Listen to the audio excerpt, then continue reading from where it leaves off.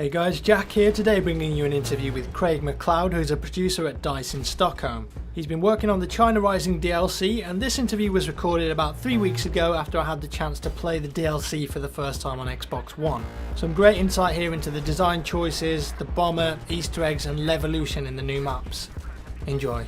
The China Rising maps, are they primarily designed by the Stockholm studio or the LA studio?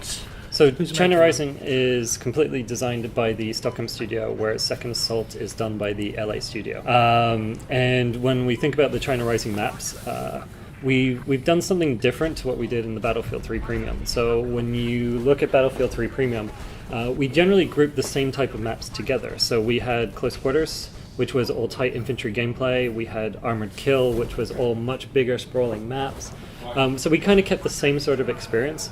We got a lot of community feedback which said, I love what you did potentially with Close Quarters, I love what you did, but it's not for me. I'm a vehicle player. I wish that there was something in that map pack for me. So when we look at China Rising, we actually took that feedback to heart, and we wanted to actually put that into our pack. So Silk Road and Altai Range, two of our maps, are designed primarily for vehicles, large open spaces for tanks, for jets, and for helicopters. Whereas Guilin Peaks is designed for infantry. So you have the narrower passageways and lines of sight, where you have a lot of foliage which acts as cover without impeding movement.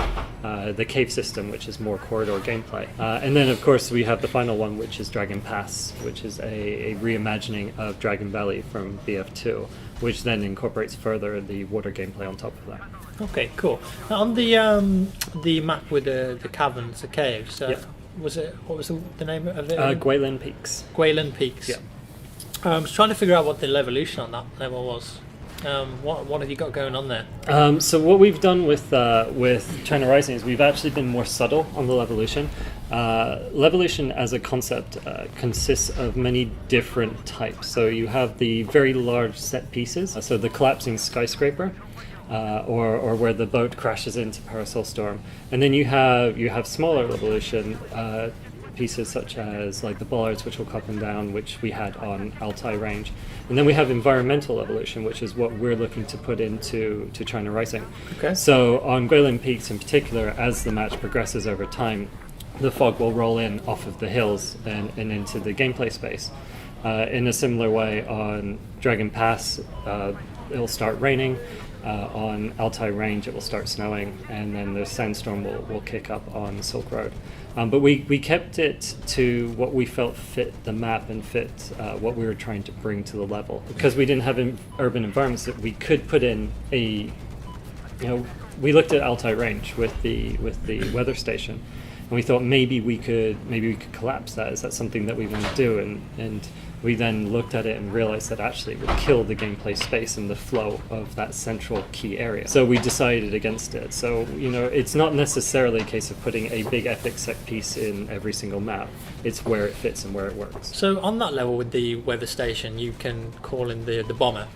Yes. I had a go, called it in, and from what I could tell, you get like two weapons. Yep. The JDAM and the cruise missile. Mm-hmm. But I think you get 4 JDAMs. You do, right? Yes. So obviously it's supposed to be a powerful thing that you call in. I'm presuming that you have to have that C point to be able to call that in. Yes. Similar to like the Commander AC-130, Yeah. There is a point on the map. Did you ever consider, instead of having it being just a bomber that flies overhead, obviously in BF 1942 we had I think it was B-12 bombers. Mm-hmm. Did you consider for BF4 like letting people fly around in it, or? So the bomber is available on all maps, okay. and it's tied into the central point of the map. So when you hold that capture point, then you have access to the command center, the command trailer, and then you can pull in the bomber and work with it. We did look at the ability to fly it around and how it'd work. It didn't make sense, unfortunately. So being able to actually move the bomber around on the map, it's quite big. It's not designed to be maneuverable in the same way as a jet, so it would look and feel wrong. We toyed with the idea of maybe we could have it circle in the same way that we did with the gunship, but again, that didn't feel right. And with the gunship, this has much more powerful capability to it. So we didn't want it to just be a constant thing that people could have access and constantly use. So what worked out best was to choose a path through the level in the same way as we use the dropship in Endgame. So we'd go from one end to the other. We pick the most sensible and which covered the most ground, and then give the artillery and firepower for you to help and wreak destruction on the players below. So we did look at it, but it didn't fit right. So we picked what worked best for and got the best feedback within our studio. So can it be shot down before it finishes flying across the map? It can. It can be shot down, at which point you don't die. You just get moved out of the command trailer. So if it's got shot down and you haven't used all your weaponry, then that's unfortunate. So it's you have to hold out. But so if you're very good and you're very coordinated with your aerial attacks, then you can take it down beforehand. I noticed as well, it's got quite a long reload time on the guns. From the start of it to the finish, can you get a reload in, or do you just get one? You get one go at it. Okay. Yeah, you get one go at it, so you need to pick the right place and the right moment for it. So it's pretty much 4 JDAMs and a cruise missile, and you're done. Okay, cool.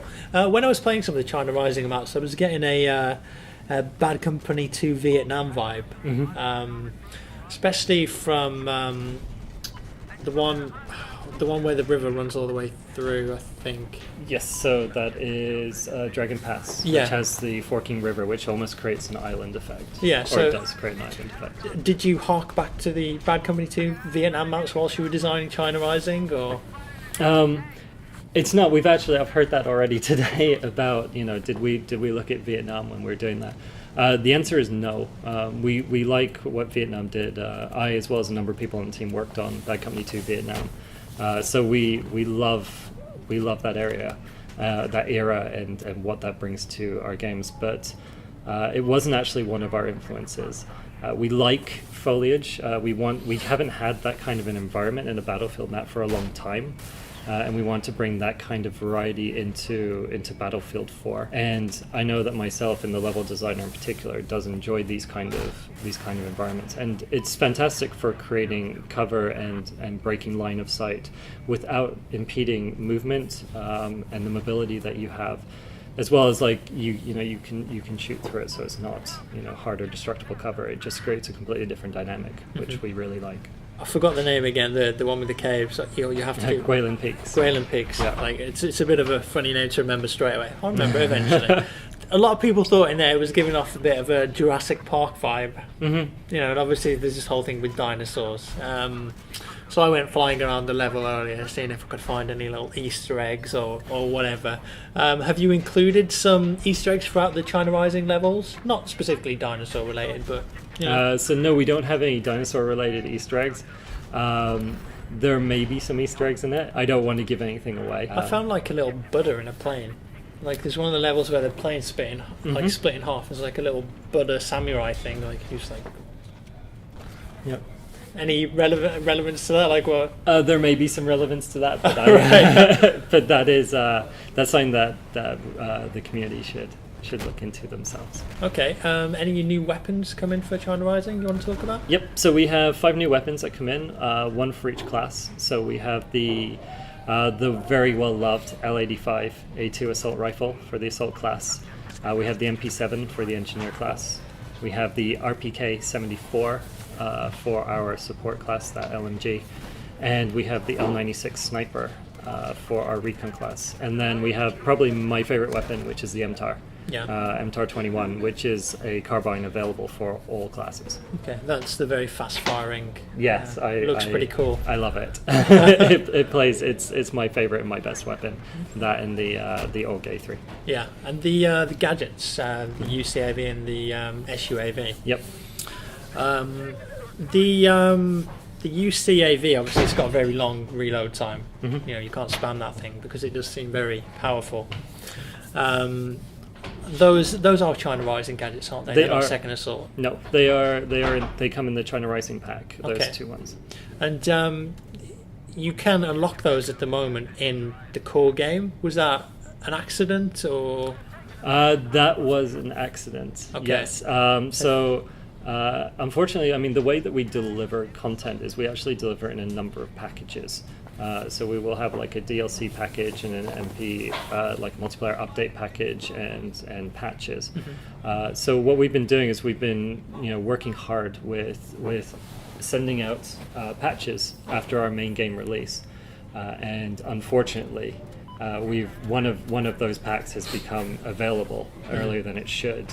So the people who already have premium or who have pre-ordered have gained early access to this, whereby it doesn't appear in Battlelog or anything like that, but it is accessible. Yeah. But that was an unfortunate mistake on our part. Okay, and have you thought about revoking them until the DLC is out, or are you just going to let them slide? I'd be lying if I said that we hadn't discussed about what we should do with it. But to be honest, we felt it was, if we were to revoke it, then we would probably, and I don't technically know if this is true, but we would probably end up having to pull out the fixes that we made with the patch that went out at the same time. Okay. And we think it's more important that our players get those fixes, and we just let those weapons and gadgets continue to be there, than to remove that and take away those fixes. For us, it's really about gameplay first for our community. So, we made a mistake. We will live with that. Okay, that's fair enough. So, are there any core gameplay changes coming out with the China Rising? I imagine there'll be a patch as well, just before it releases, based on maybe community feedback or just stuff that you're experimenting with. Can you think of anything that's changing? We're not doing any core gameplay changes with this pack. It's more of a content update. Okay. So when we think about the maps and the weapons and the gadgets and the vehicles, the mode, the assignments, achievements or trophies if that's what you do, and also the additional commander feature. So it's all about content update. When it comes to tweaking and balancing our game, then we will look to do that with the patches that come out alongside it as well. I think we should start wrapping up here. So, China Rising, could you describe it in 3 words? In 3 words? Wow, okay, that's actually a good question. That's one that I haven't had before. I would describe China Rising as the classic Battlefield experience. It's all about the landscapes, the environments, the all-out vehicle warfare, as well as, tightening it up for some infantry play. So I would consider it a classic Battlefield experience. Okay, that's a pretty good answer. Thank you. Great. Well, thank you very much, Craig. Thanks. Cheers. That's great.